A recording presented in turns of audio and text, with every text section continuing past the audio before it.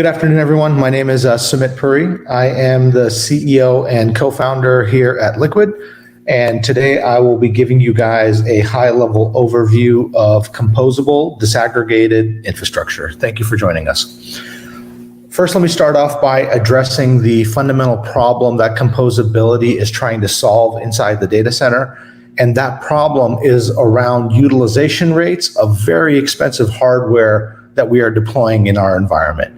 If we take a look at the data that's out available in the industry, the utilization of the underlying hardware that we're deploying into our data centers is very low, 15 to 20% in most environments. When we start thinking about technologies like disaggregation and composability, we can fundamentally change the utilization rate of the solutions that we're deploying into our environments. And the reason has to do with the way the architecture is actually built. This is a slide that talks about the data center evolution, kind of where we were, where we are kind of headed. The key takeaway from this slide has to do with the fact that the data center is changing. And it's changing from statically configured infrastructure to dynamically configurable infrastructure. And today, the big buzzword in the industry is around technologies like hyperconvergence. But as we go forward, technologies like disaggregation and composability become more and more important in the data center because these are the technologies that allow us to change the utilization rates of the solutions that we are deploying. And by changing the utilization rates, we can fundamentally change the TCO that we're realizing in our data centers. So what we mean by disaggregation and composability is really a new way of building servers inside the data center. With disaggregation, we don't take our devices or define our servers by plugging these devices into the sockets of a motherboard. With disaggregation, what we do is we take pools or trays of resources. Imagine trays of storage, trays of CPUs. These days, a lot of trays of GPUs, networking cards, Optane memory, FPGA. It doesn't matter what the physical hardware is. Rather than plugging those devices into the motherboard of a server, we connect those devices into a fabric. And then we come in with software and we orchestrate or compose our servers at the bare metal. Grab me this compute. Grab me those 4 SSDs. Give me these 16 GPUs and build me a server. Just like I was taking those devices and plugging them into the PCIe sockets of my pizza box, except I'm defining it in software. And on the other side, I am getting delivered infrastructure of any size, shape, ratio that my application layer requires, except that server is dynamic in the sense of if I need another SSD, if I need another GPU inside of my server, we don't send somebody with a cart and a screwdriver to power down that machine. We reprogram the fabric and we dynamically add or remove the physical infrastructure depending on what the application layer requires. And what Liqid builds for disaggregation and composability, number one is some fabric technology that allows you to interconnect the hardware that you're using today. And number two, and more importantly, we build that software layer that allows you to compose or orchestrate these data center resources. We don't change the hardware that you buy, but by interconnecting it a different way, we can change the hardware from being statically configured to being dynamically configurable.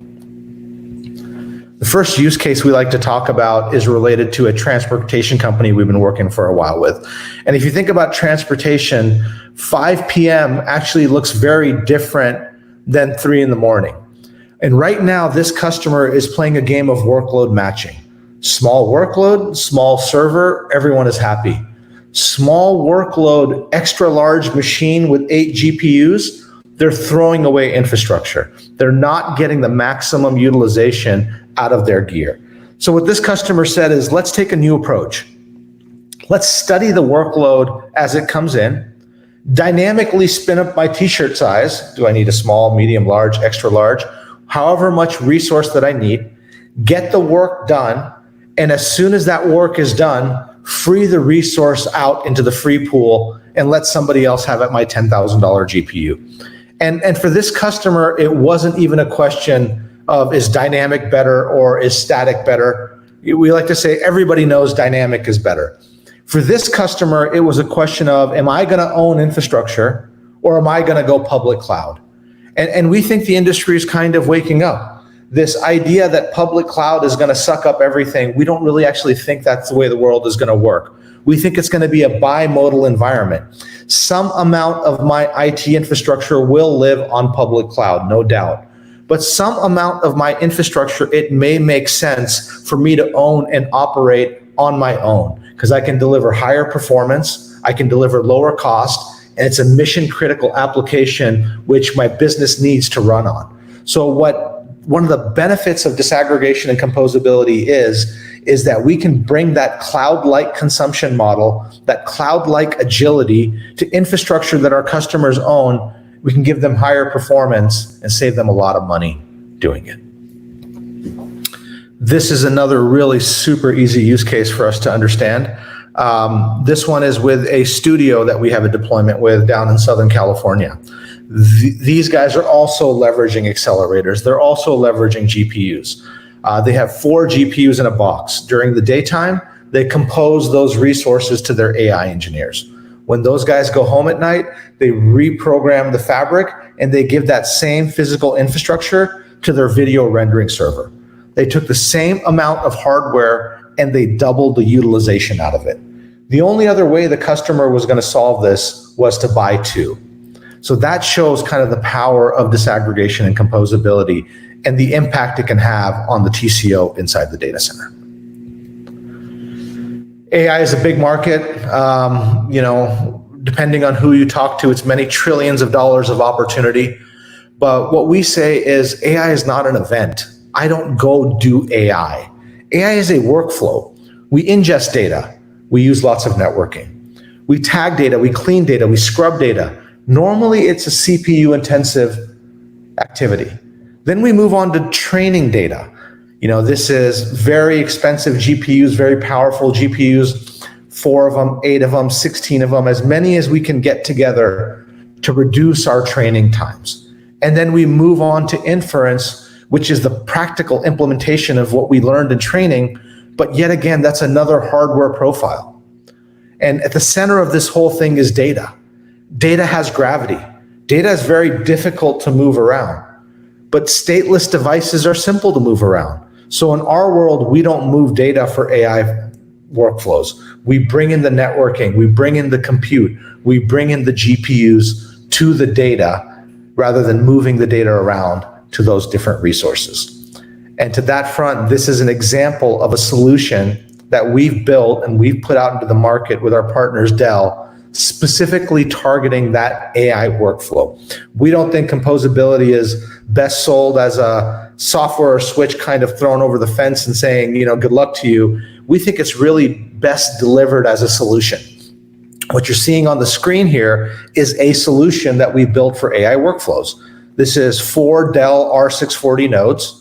It's got 8 GPUs, a mix of either V100 or T4 or mix and match as you wish, 32 terabytes of NVMe, a handful of Mellanox networking ports, all in this 9RU pod that allows us to do this any-to-any composability so we can bring in the right amount of storage, the right amount of compute, the right amount of GPU horsepower for the stage of the AI workflow that we're looking to service. In our world, we have a very interesting concept that's referred to as hardware containers. Everyone is familiar with software containers. It's becoming, the preferred way to put software out into the environment. In our world, we have hardware containers in the sense that I may only have 50 pieces of hardware, but I can reconfigure that hardware 200 different ways. So if I'm going to go run something like Tensor, for example, a Tensor workflow, I actually know I want 2 V100s or 4 V100s. I want some Mellanox networking. I want some NVMe storage. I want a Platinum processor with a large DRAM footprint. I can predefine that machine, predefine that template, that hardware container, and then with one click, launch the physical infrastructure, and with the next click, launch the software container that's best suited for that. So this is, again, one of the benefits that comes from being able to disaggregate and then compose your physical infrastructure to best utilize with software. In our world, there's three ways that, in essence, we can pull the strings or control the fabric, control the movement of physical devices in our environment. Number one is, we can obviously have command line access. Secondly, we have a very intuitive, user-friendly, easy to understand GUI, user interface, that allows you to click and drag machines and orchestrate physical servers on the fly. And then we also have a very rich, well-documented RESTful API that we integrate northbound with existing data center orchestrators. Things like Slurm, things like Kubernetes, even things like Mass, Puppet, Ansible, Chef. There's many data center orchestrators that are out in the environment today, and our mission is not to go off and compete with these orchestrators. Our mission is to integrate seamlessly, as we refer to, northbound with these orchestrators so that our customers can get full utilization of this dynamic platform that we've delivered while still utilizing all of the software and tools that they're using in their environment today. So this is a big, important piece of the usability part of disaggregation and composability.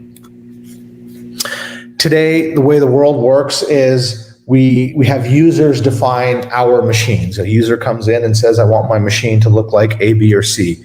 Beyond that, we move to policy-based management. Create policies around the machines that you are orchestrating. When this machine goes above 80% of the storage utilized, automatically reprogram the fabric, give me more storage. At 10 o'clock at night, when I know nobody is using that GPU, rip that GPU off of that node and go run another workload, go Bitcoin mine for the next 6 hours, whatever you want to do, it doesn't matter to us, right? Multi-purpose it and make it policy driven so we can begin to take humans out of the equation, right? And then the last piece where this eventually ends up is machine driven, right? Let the AI algorithms study the usage patterns of the hardware that's being deployed inside your data center, and let the AI come in and determine where to move physical assets around so we can start to get towards maximum resource utilization. The machine building machine example, the jokingly what we refer to our Skynet use case, right? The ability to start taking humans out of the equation and letting the machines reconfigure physical infrastructure. It's important to note in our world where our software lives. So our software lives on the fabric itself. When we create a server for you, we are creating for you a bare metal server. There are no drivers, no agents, no software modules, no hypervisors. It is as if you went to some place like Dell.com and said, give me a server with all of these magic resources, and we deliver it to you in 10 seconds. You can run whatever software you want on top of that bare metal server. We are hardware agnostic, but we are also software agnostic. You can run Windows, you can run Linux, you can run a hypervisor. We actually encourage that. We think the kind of marriage of CDI and HCI is the best of both worlds.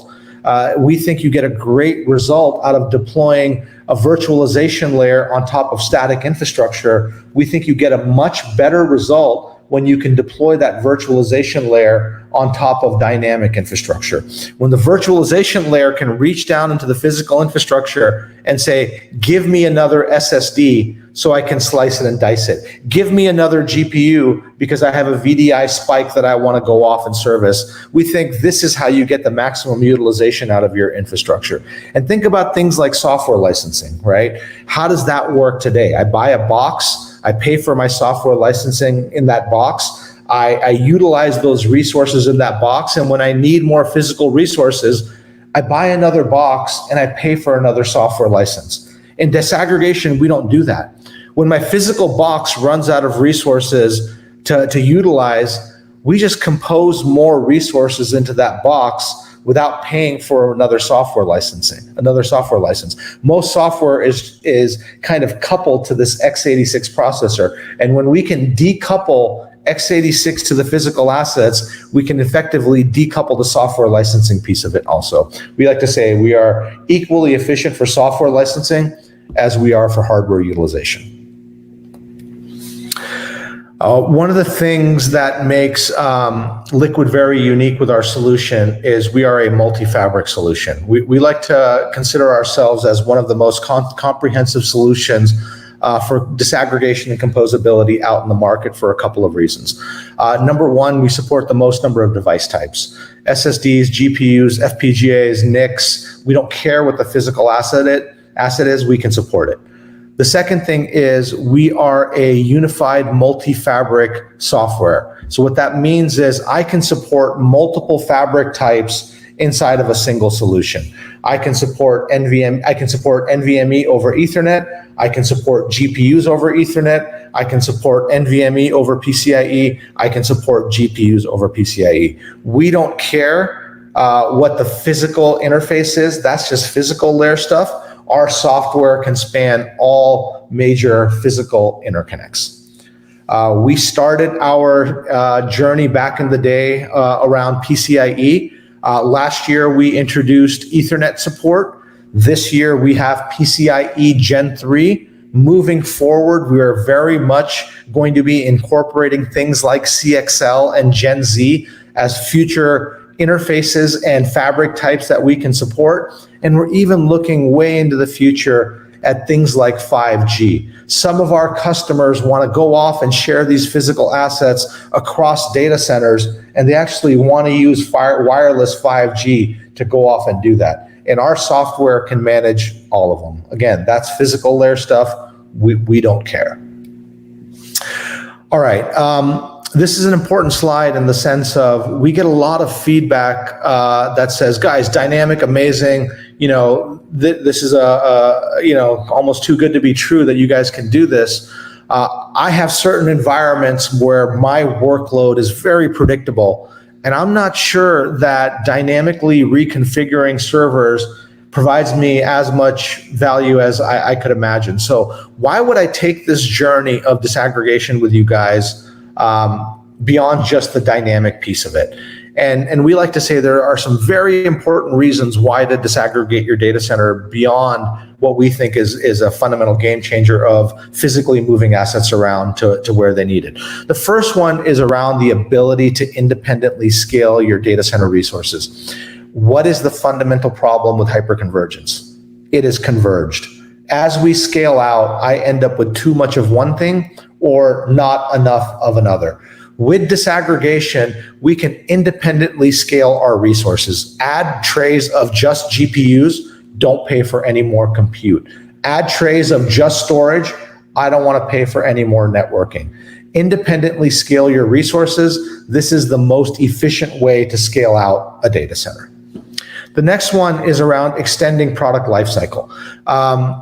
This is not only a greenfield opportunity, this is very much a brownfield opportunity. We have customers who say to us, you know what, I've invested millions of dollars in servers, and now I want to add GPU capability. And oh, by the way, I bought Blade servers. So what do I do? Well, how many GPUs can you put inside of a Blade? The answer is 0. You cannot put any GPUs inside of a Blade.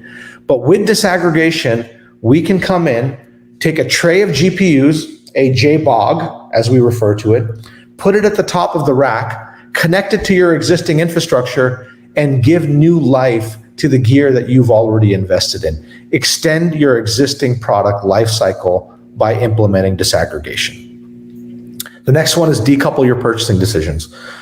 You can go to some certain server OEMs and say, give me a box with 10 GPUs. Well, guess what? You're probably going to get quad proc, because that's what they build. The 10 GPU box is a quad processor box. With disaggregation, we don't do that. Buy your compute requirement completely independent from your GPU requirement, completely independent from your storage requirement. If you want a single proc with 20 GPUs, by all means, go off and have at it. We can do that with disaggregation. The next one is, around building that impossible configuration. No server vendor in the world today offers me a 1U pizza box or any pizza box that holds 200 SSDs. Doesn't exist. Power, cooling, floor space, mechanicals, all that stuff. Very challenging. In our world, we can do that. You want a pizza box with 16 GPUs and 200 SSDs? No problem. We'll compose one for you and your software will feel like this magic box with all those resources just showed up, and you will not be able to tell the difference that this is a disaggregated solution. The next one is pay as you grow, right? Most scenarios, things like NVMe and NAND is getting cheaper year on year, quarter on quarter, right? Why buy all up front? With disaggregation, I can add trays of resources in the future and pay for them as I grow rather than being forced to buy them all front. It's a more economical way of scaling out also. And then we touched on the fact around software licensing. As we are efficient for hardware, we are equally efficient for software licensing. All right, next few slides, guys, I'm going to show you exactly how the bits and the parts connect together. And then we'll make sure we leave time for questions. So what Liqid provides is the fabric switch on the left when we're doing PCIe. Liqid provides the PCIe fabric switch. When we're doing this over Ethernet, we just use traditional Ethernet networking from Mellanox or whoever you prefer to use.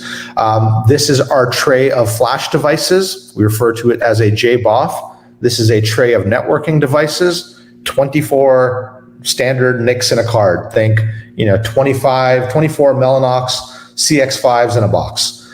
This is our tray of accelerators, GPUs, FPGAs, large form factor SSDs. This particular tray holds 20 full-size cards.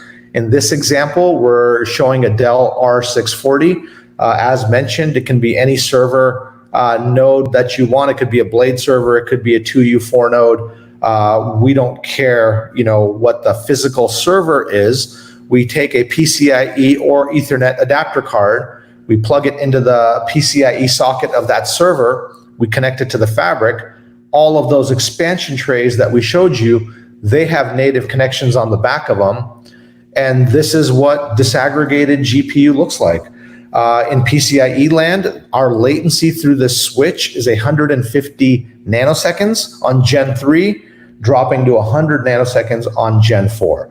Even though he is a 1U server, I can take 1, 2, 4, 16, 20 GPUs, FPGAs, accelerators, whatever I want, compose that into that server, and that server is going to feel like those devices are locally plugged into his PCIe bus. He is not going to be able to tell the difference that those devices are composed in versus local. Why? Because it's PCIe and it all just feels local. No drivers, no software, no agents, no modules, no hypervisor. If your software works on a quote unquote static server, your software is going to work the same without any modification on a composed server. We don't require you to change a single line of code in your software or your tools or your environment. This is what a tray of storage plus GPUs would look like. These could be traditional NVMe drives. They could be rotating media. They could even be Optane memory. We do a lot with Optane these days. Same thing. We can take 1, 2, 24, 200 SSDs, compose it into any of these servers. Everything is going to feel local to that server. It's not going to be able to tell if it's composed in. And if you were so inclined, you could even take the networking cards out of this server, put them in their own tray, and then you could be composing NICs around to servers also if that's what you wanted to do. And the two things to mention here is, number one, you don't have to disaggregate all of these things. You can pick a single vector like GPU or storage and just disaggregate that. And then the second thing, this is, greenfield in the sense of we can roll out fresh racks of equipment for our customers, or we can come in with brownfield with any one of these trays and augment our customers' existing environment. And we can do all of this over PCIe, or we can actually do it all over Ethernet. Obviously, there are trade-offs related to performance, latency, and distance, depending on which interface you go with. But again, our software is agnostic. This, what I'm showing you on the screen here, is what we refer to as an elementary view of disaggregation. But really, this is what a full-blown disaggregated Rackscale architecture would actually look like, right?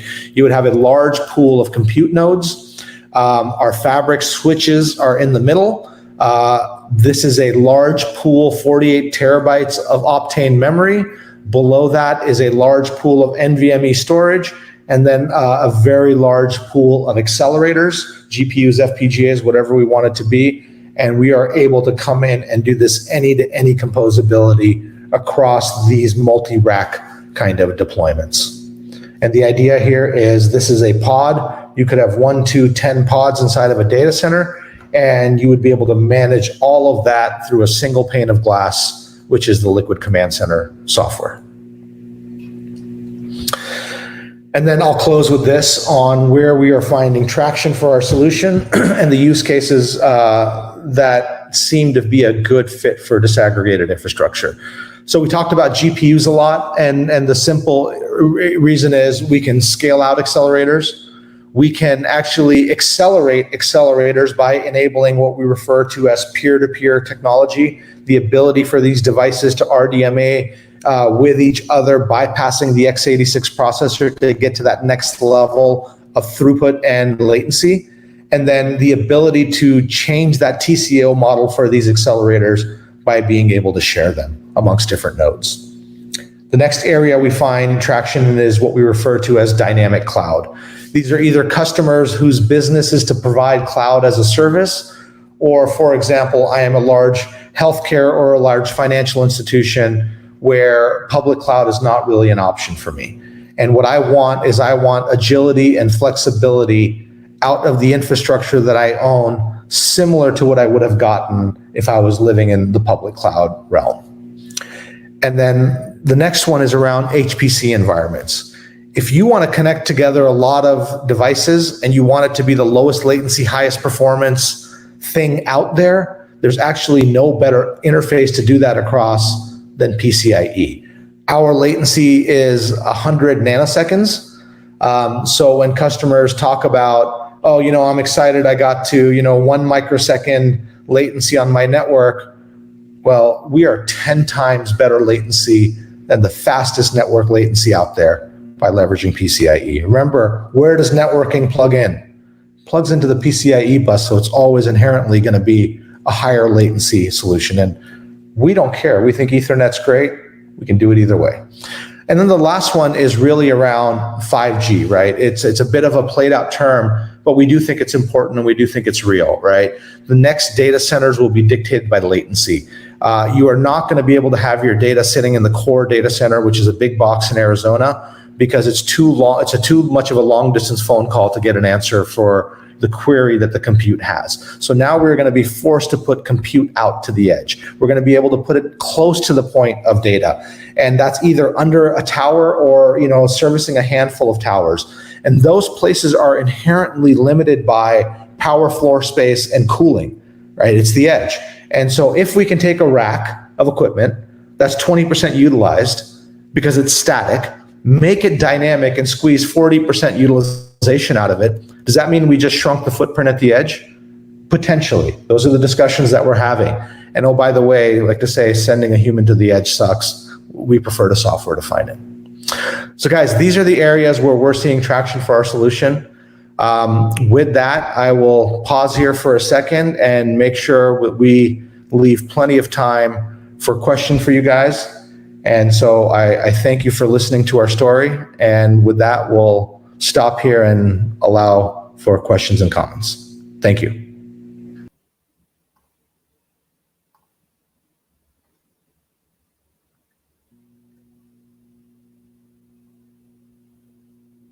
Hi, thanks everyone. We're just gonna go ahead and answer some of your questions. Sumit, are you there? Yeah, so guys, I see the first set of questions that came across, so let me just dive in a little bit and try to answer those. I'll take the first one around procurement. The question is, can you tell us how this breaks up or affects the procurement cycle? It's actually a really important thing. One of the things that disaggregation enables is we break that rip and replace cycle, right? We break that ability to always have to go replace everything when the new processor comes out. Storage comes out at a new cadence, at a different cadence versus compute, which comes at a different cadence versus the GPUs versus networking. So all of these pieces of hardware are coming out at different times and different cadences. So through disaggregation, I can independently upgrade my storage when it makes sense, upgrade my networking when it makes sense, update my compute, my GPU without having to do that traditional rip and replace. And again, it comes back to efficiency, right? We think by disaggregating and only upgrading the parts that you need over time, that's a more efficient way to manage your data center. So that's our take on procurement cycles and how disaggregation can actually benefit that. The next question here is, how do you get around trace limitation, signal attenuation around PCIe Gen 4? Right. So, I think it's very important to understand what PCIe is, and, even more important to understand what it isn't.